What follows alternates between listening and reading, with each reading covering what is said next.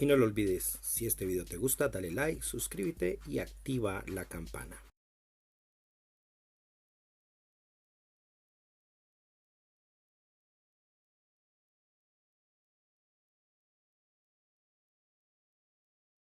Poesía, metáfora y eternidad. Inicio con un sentimiento, o más bien con una pulsación, una muy leve, una que me invita a ser intuitivo con cada una de las palabras que vaya escribiendo y que, mientras las extienda, mientras vayan una a una quedando grabadas, continúen siendo lo que siempre han sido, extensiones de un yo muy profundo, uno nada empírico o histórico, uno que íntimamente es testigo de todo al optar por el silencio en ese instante sagrado en el que se encuentra con lo indecible y afirma con su escritura la indudable relación que tenemos con lo luminoso. Las palabras pueden ser sonido, tinta o byte, pero en realidad, y más allá de lo que podamos hacer con ellas y desde ellas, son el registro activo del espíritu, que pasa sobre nuestra memoria imprimiendo una huella que puede llegar a tener la fuerza o la intención de la brisa, o bien la de un huracán de sensaciones desplazadas en la sonoridad continua, que el límite de la hoja y la sucesividad le permiten para que no arrastren con lo que queda. La palabra echa palabras, como un árbol que entrega sus hojas al viento que las arranca, llega siempre para indicarnos el olor y el sentido de cada estación de nuestra vida. ¿Y en qué consiste ese sentimiento? Si bien la respuesta a dicha pregunta no se puede explicar a gusto de una exigencia analítica, eso no evita compartir la visión de aquello que percibí cuando contemplé la íntima relación que tienen entre sí la poesía, la metáfora y la eternidad. Es decir, la relación entre la creación, el desplazamiento y la duración sin límites. Y eso es lo que vengo a recordar con estas palabras. De modo breve, podría decir que esta relación consiste en el velado hecho de que toda poesía es la prueba elemental que la conciencia se puede trasladar desde el instante ínfimo donde oculta su potencia hasta las alturas de lo recóndito y abstracto de la existencia, las mismas que le permiten abrazar y apreciar aquello que es permanente. Y como prueba de ello, queda su palabra que se exterioriza a fin de no pertenecerle más a su autor, sino que se desglosa para todos los lectores que quieren valerse de un poema como puerta hacia lo eterno. Pero esclarezcamos este motivo. No basta con presentar de un modo categórico algo que vale la pena asimilar para sentirlo y deslizarse por la brava delicadeza del impacto que esta aseveración representa. Esas palabras son ejes, son precisamente metáforas que nos ayudan a recordar lo olvidado, pero ellas mismas se desvanecen cuando encuentran su fuente y pueden marchitarse felices al cumplir su misión, cuando quien las trajo sabe que puede habitar solo en el reconocimiento de esa belleza que llegó a este mundo por su mediación, el poeta. Y agregaría algo más, el insaciable poeta que da rienda suelta a su voz escrita, expresión de su luz hecha fruto de tinta e icono tipográfico, ordenado en su particular concatenación de estremecimiento, melodía y sintaxis. Partamos de una verdad. Solo leyendo poesía podemos comprender esa sensación de eternidad que ella sabe vehicular a partir de la expresión de la metáfora. Un gran poema puede tener fecha de composición, que veo como su llegada a este mundo, pero no tiene tiempo. Prueba de ello es que el ser humano ha gestado con la poesía antigüedades más profundas y añejas que el mismo universo. Su memoria es más arcaica que los 13.770 millones de años que aseguran tiene, si es que no es eterno. El alma se sumerge en lo arcaico con la misma seguridad que nuestro cuerpo respira el aire. Cuando uno lee el poema sumerio en Mercari el Señor de Arata, en cuyo capítulo 4 da un ejemplo de esa profundidad que ningún dato cósmico puede alcanzar, se entiende eso de una manera muy simple. Dice así: en otro tiempo hubo una época en que no había serpiente, ni había escorpión, no había hiena, no había león, no había perro salvaje ni lobo, no había miedo ni terror. El hombre no tenía rival. Hay una intuición a la que el escriba recurre cuando menciona ese otro tiempo, esa suerte de otredad ajena a nuestro tiempo que nos arroja a una época donde lo habitual no estaba y lo que era solo podía ser un profundo estado desconocido en lo que hasta las fuerzas propias de una solatría primitiva pasarían como una tosca novedad. Atravesando el mundo podemos recorrer las páginas iniciales del Popol Vuh para encontrarnos con esa misma sensación expresada de otro modo. Esta es la relación de cómo todo estaba en suspenso, todo en calma, en silencio, todo inmóvil, callado y vacía la extensión del cielo. Esta es la primera relación, el primer discurso. No había todavía un hombre ni un animal. Pájaros, peces, cangrejos, árboles, piedras, cuevas, barrancas, hierbas ni bosques. Solo el cielo existía. La poesía orada por sobre el tiempo rema en contra de su percibida dirección hasta lograr retornarnos a la eternidad, y puede hacerlo aún desde aquello que puede parecer más vano, y con su buril preferido hace de sí misma la metáfora implícita que en su quehacer creativo se eleva entrando a lo profundo, tocando la tela de los siglos, manoseando las horas y esparciendo los segundos hasta tocar en un momento las fibras intraatómicas de la melancolía, en la conciencia y en los afanes astrales que sobrepasan nuestros infantes sueños. Tal como José Gorostiza nos dice en un fragmento de Muerte sin fin: este morir incesante, tenaz, esta muerte viva, oh Dios, que te está matando, en tus hechuras estrictas, en las rosas y en las piedras, en las estrellas ariscas y en la carne que se gasta, como una hoguera encendida por el canto, por el sueño, por el color de la vista. ¿Qué ocaso te ha muerto allá, siglos de edades arriba, sin advertirlo nosotros?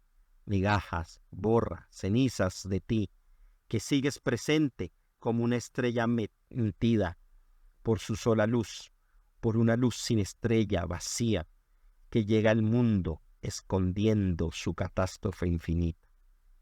La poesía arrastra en su descripción no topológica una variedad de acontecimientos que son arrebatados a la fiebre de normalidad, esa que necesitamos para mantener la cordura y no extenuarnos ante el rugido cósmico del que brotan, despilfarrándose, una multitud de formas que se desglosan para permitir esa abundancia que sofoca el desolado nihilismo que hace naufragar la valiente canción de los que existen.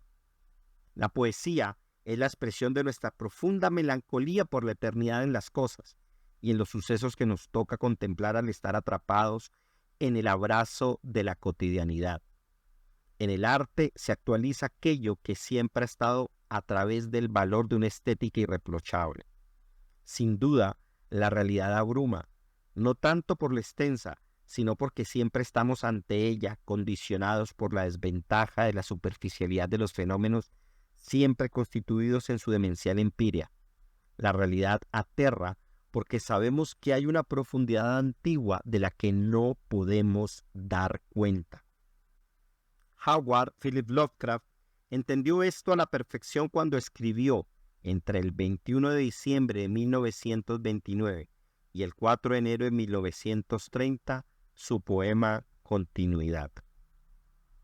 Hay en algunas cosas antiguas una huella de una esencia vaga, más que un peso o una forma, un éter sutil, indeterminado, pero ligado a todas las leyes del tiempo y el espacio, un signo tenue y velado de continuidades, que los ojos exteriores no llegan a descubrir, de dimensiones encerradas que albergan los años idos y fuera del alcance, salvo para llaves ocultas.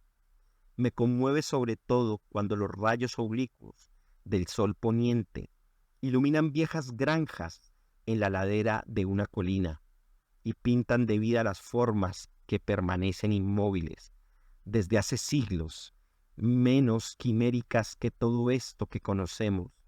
Bajo esa luz extraña, siento que no estoy lejos de la masa inmutable cuyos lados son las edades.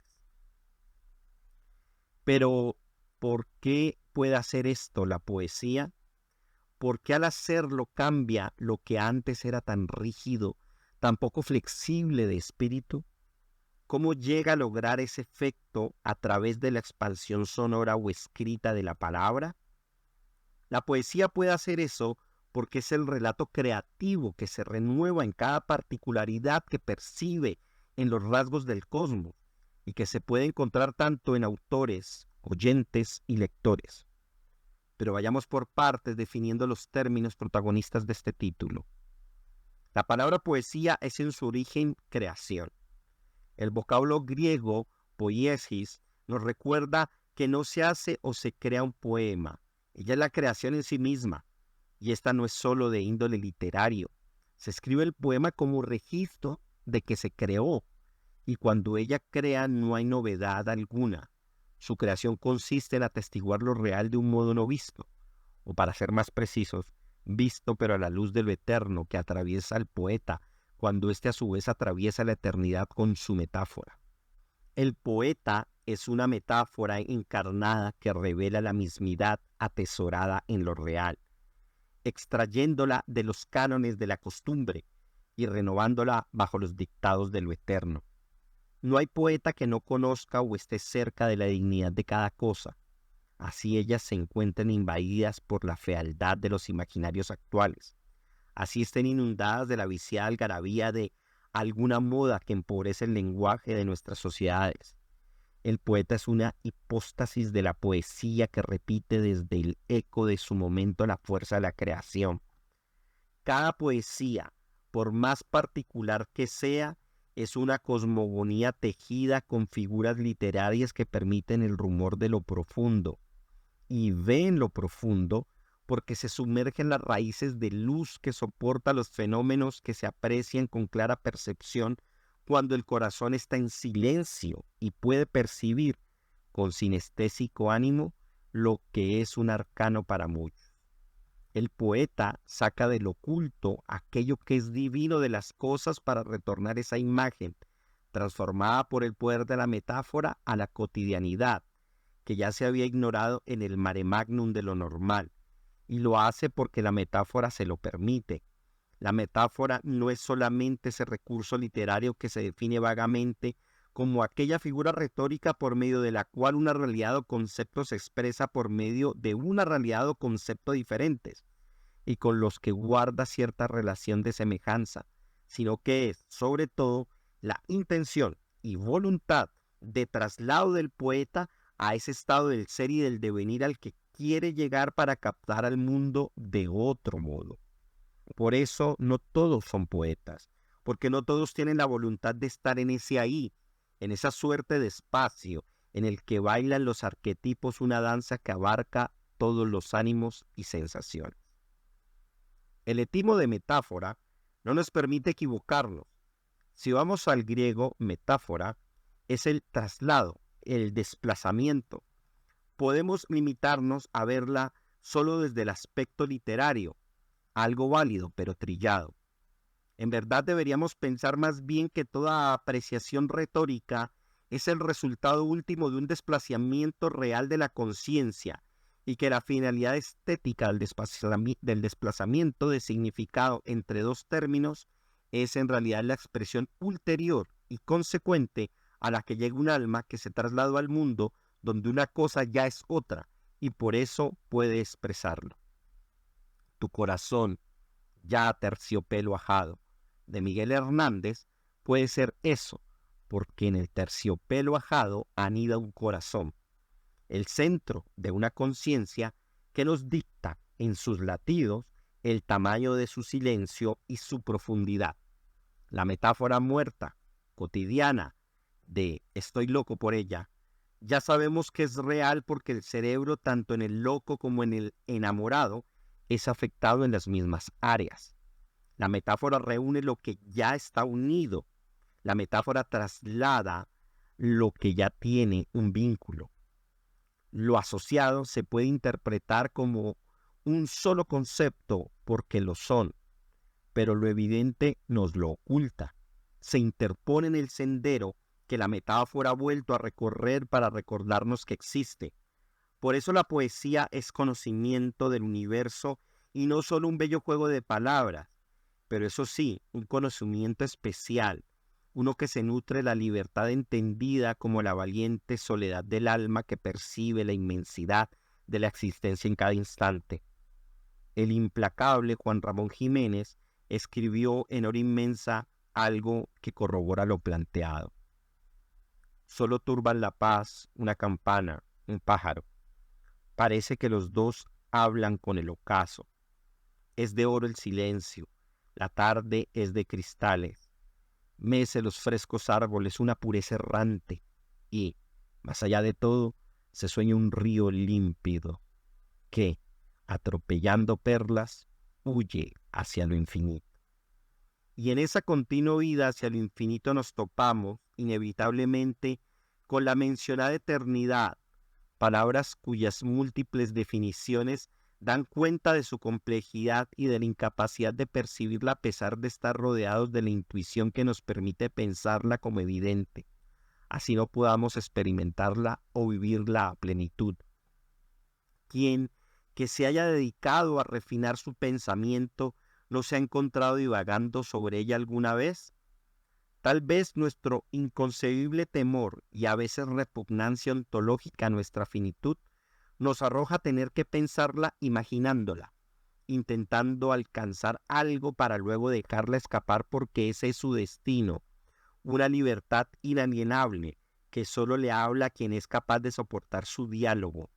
Entonces, en esa instancia del espíritu, reaparece la metáfora, porque todo es metáfora de la eternidad.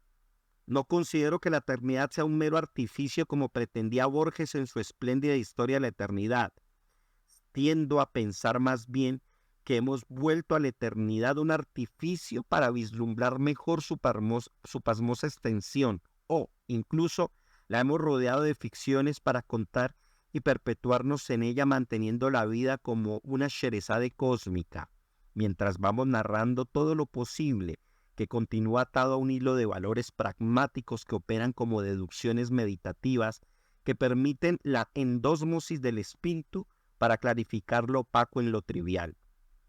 La eternidad es un asunto vital que evoca la inmortalidad. Su origen revela que es la extensión de una edad, de un tiempo que se prolonga indefinidamente y que a su vez nos realiza cada instante actualizándonos en su riqueza y sus posibilidades, siendo un caudal que no se agota, el devenir que comprendió su ontogenia misma. Rainer Maria Rilke, en un fragmento de sus poemas tempranos, hizo este feliz encuentro y lo expresó en un cuarteto formidable. Esta es la nostalgia, habitar en la onda y no tener patria en el tiempo, y estos son los deseos, quedos diálogos de las horas cotidianas con la eternidad. Las horas son, si acaso, fracciones subatómicas de lo eterno, y la expansión de nuestros fugaces deseos en ellas son prueba de que conforme al sentimiento y a la sutileza de nuestro silencio ante lo pleno, la enigmática plasticidad de los momentos se abre ante nosotros para entregarnos su plenitud antes escondida, guardada en la composición de los fenómenos, los mismos que la ciencia abre con los conceptos, metáforas del intelecto en su vínculo con la razón. En El tejido del cosmos, libro cuyo título ya es una metáfora, el físico Brian Greene expone de manera precisa algo fundamental que no deja de tener una verdad poética sobre la hermosa realidad que nos abarca con su inmanencia. Dice así el físico. De la misma manera que imaginamos que todo el espacio está realmente ahí afuera, que existe realmente, también deberíamos imaginar que todo el tiempo está realmente ahí fuera, que también existe realmente. Pasado, presente y futuro parecen ser ciertamente entidades distintas, pero como Einstein dijo en cierta ocasión, para nosotros, físicos convencidos, la distinción entre pasado, presente y futuro es solo una ilusión, por persistente que sea. Lo único que es real es la totalidad del espacio-tiempo. El concepto einsteiniano de espacio-tiempo ya es una metáfora realizada, o más bien plenamente recordada. Una metáfora que tuvo la suerte de encontrarse a sí misma al punto tal que es moneda corriente para una cultura científica enterada de los elementos más básicos. Aquí lo real ha sido renovado para aportarnos otra dimensión amplia y plenamente constituida, un firmamento con derecho propio, como diría el Génesis cuando nos revela la apertura del universo. Aquí el tiempo no es ya la imagen móvil de la eternidad como lo expresó Platón, sino sus huellas en nosotros, su paso a paso que vamos siguiendo cuando podemos ver nuestros vínculos con ella.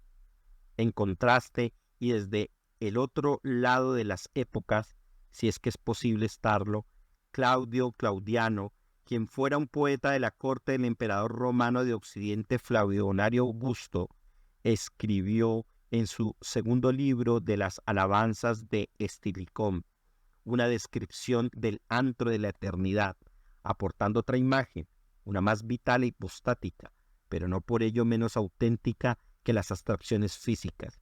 Dice el poeta del lugar en el que la eternidad se encuentra, a saber, una caverna. Es un lugar desconocido, donde no puede penetrar el espíritu humano y en donde los mismos dioses apenas tienen acceso. Esta caverna, madre de los años, fea por su vejez, infinita en su duración, hace salir de su vasto seno todos los tiempos y vuelve a llamarlos. Naturaleza cuya vejez no puede alterar sus gracias. Hace guarda en la entrada del vestíbulo. Revolotean a su alrededor una infinidad de almas. Preside el antro un anciano venerable que dicta en él las leyes eternas. Él es el que arregla el número, la carrera y el reposo de los astros, y por quien todo vive y perece según los inmutables decretos. En el antro se ven todos los siglos, distinguido cada uno por su metal, y todo en el lugar que tiende a ser señalado. Desconocido, impenetrable, inaccesible. ¿Por qué Claudio Claudiano pudo entrar a ese lugar y escribir sobre la fealdad, la maternidad o la vejez de la eternidad, entre otras metáforas?